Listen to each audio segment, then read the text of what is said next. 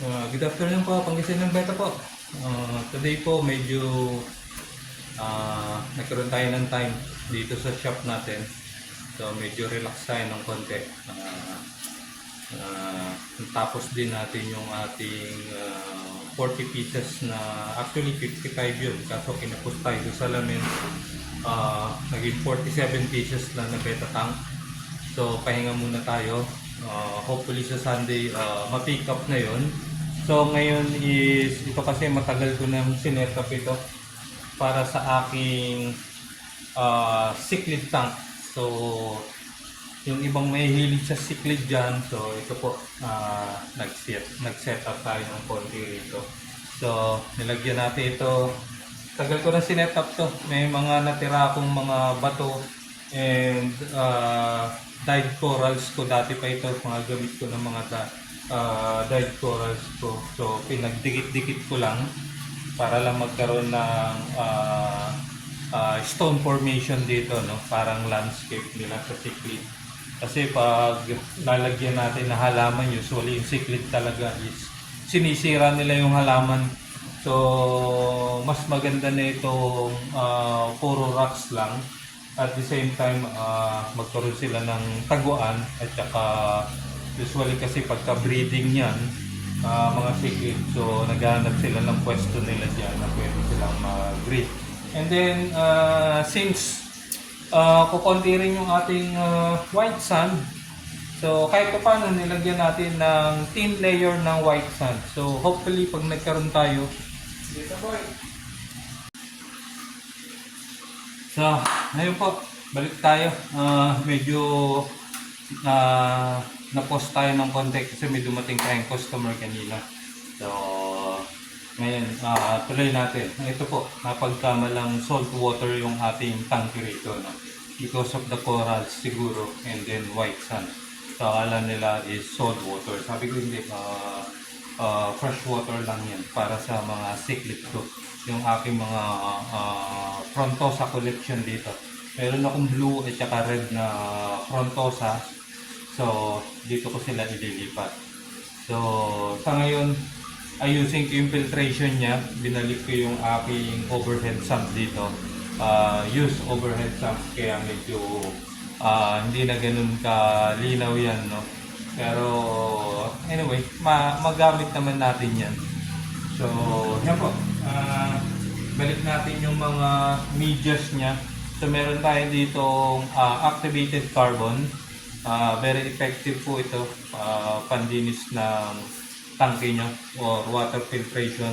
Especially sa mga tanning. Kaya yan, medyo sabi nila, nakaka-absorb ng tanning. Pero, so far sa gamit ko is okay naman siya. Mabilis luminaw yung ating mga tubig. Especially kung meron siyang driftwood activated carbon. And then meron tayo ditong zeolite. Zeolite, yan, sabi niya. Para ma-reduce yung ammonia. Sabi niya, ito, magandang filtration din. Additional nyo sa filtration system nyo kung wala pa kayong zeolite.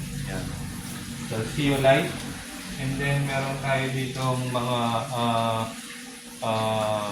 mga ring medias dito, no? Meron tayong Java at saka Chorus media ring dito. So ayan po, babalik lang natin sila and then yung ating use. Yung aking mga use tawag dito, foam. Sa akin kasi is nire-reuse ko lang, winawash ko lang siya. Sa iba kasi sabi nila kung if you are medyo kaya namang bumili, itapon to every month or every week. So okay lang. Pero sa akin kasi is nilalabang ko lang siya, kinukusot ko lang siya. So and then binabalik ko lang siya. Ito is pinatuyo ko kasi nga marami ng snails. So, kaya pinatuyo ko siya. And then, ngayon is gamitin ulit natin. So, ayan na po. Balik po natin.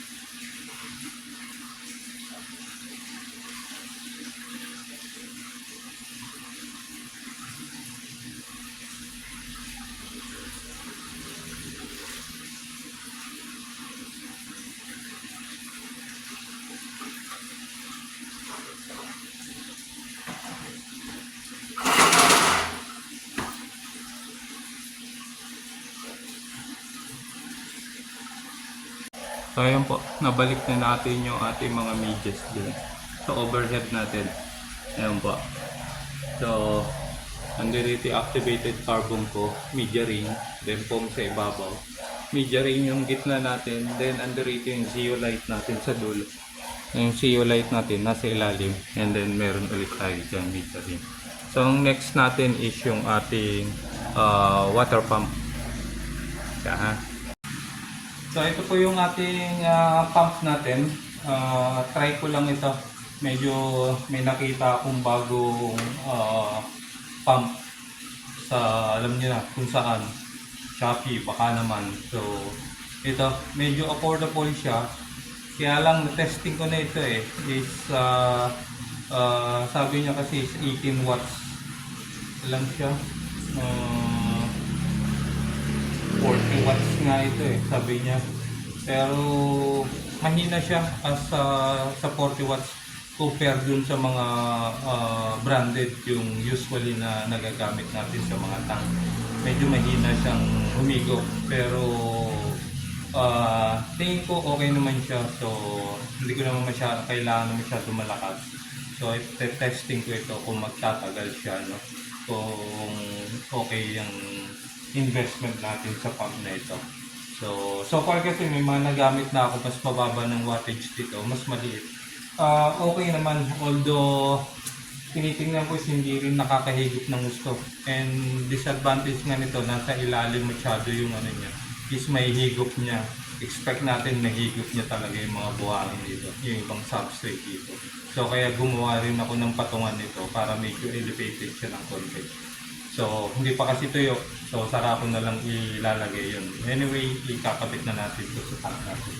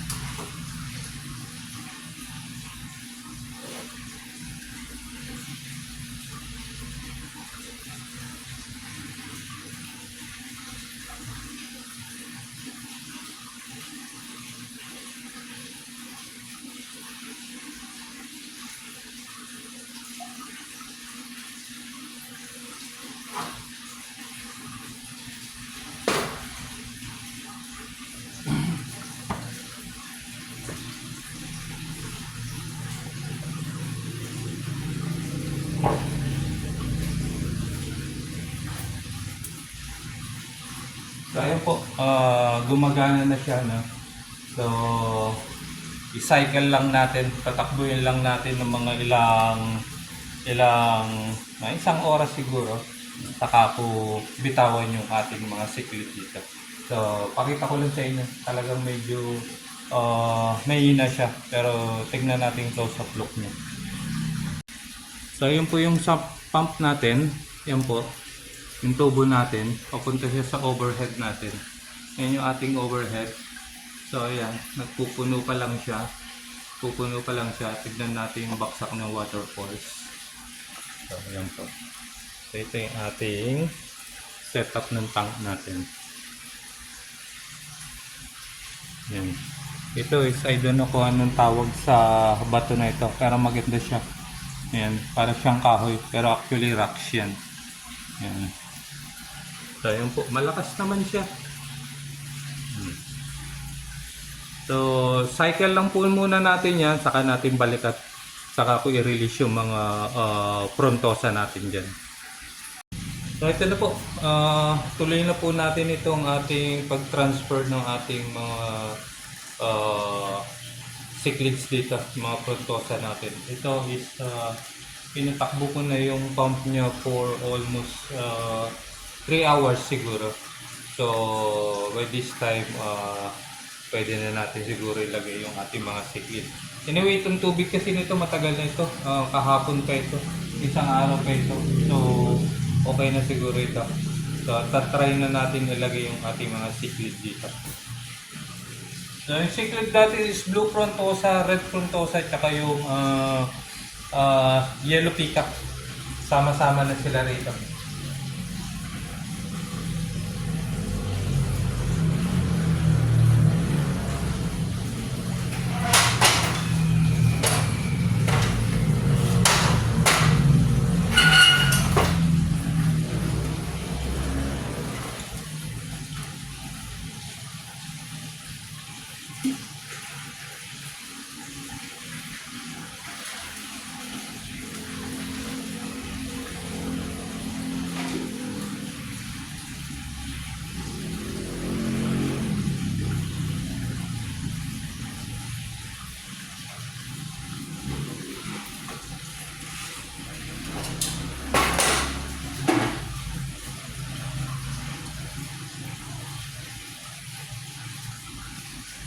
So, ayan na po sila. Nakalagay na sila. So, hopefully, maging okay sila dyan sa ating new tank. Sa medyo mas malaki. It's actually, mga nasa 80 plus gallons ito. So, focus lang natin sila. So, ayan po yung ating mga frontosa. Ayan po yung blue frontosa natin. Ito yung mga red. So, hindi pa halos lumalabas yung kanilang mga kulay. Ito yung the rest ng ating mga frontosa dito. Yung yellow peacock natin, nagtago na kagad sa mga bato-bato. So, ayan po. So far, okay naman yung mga fish natin. Ayan.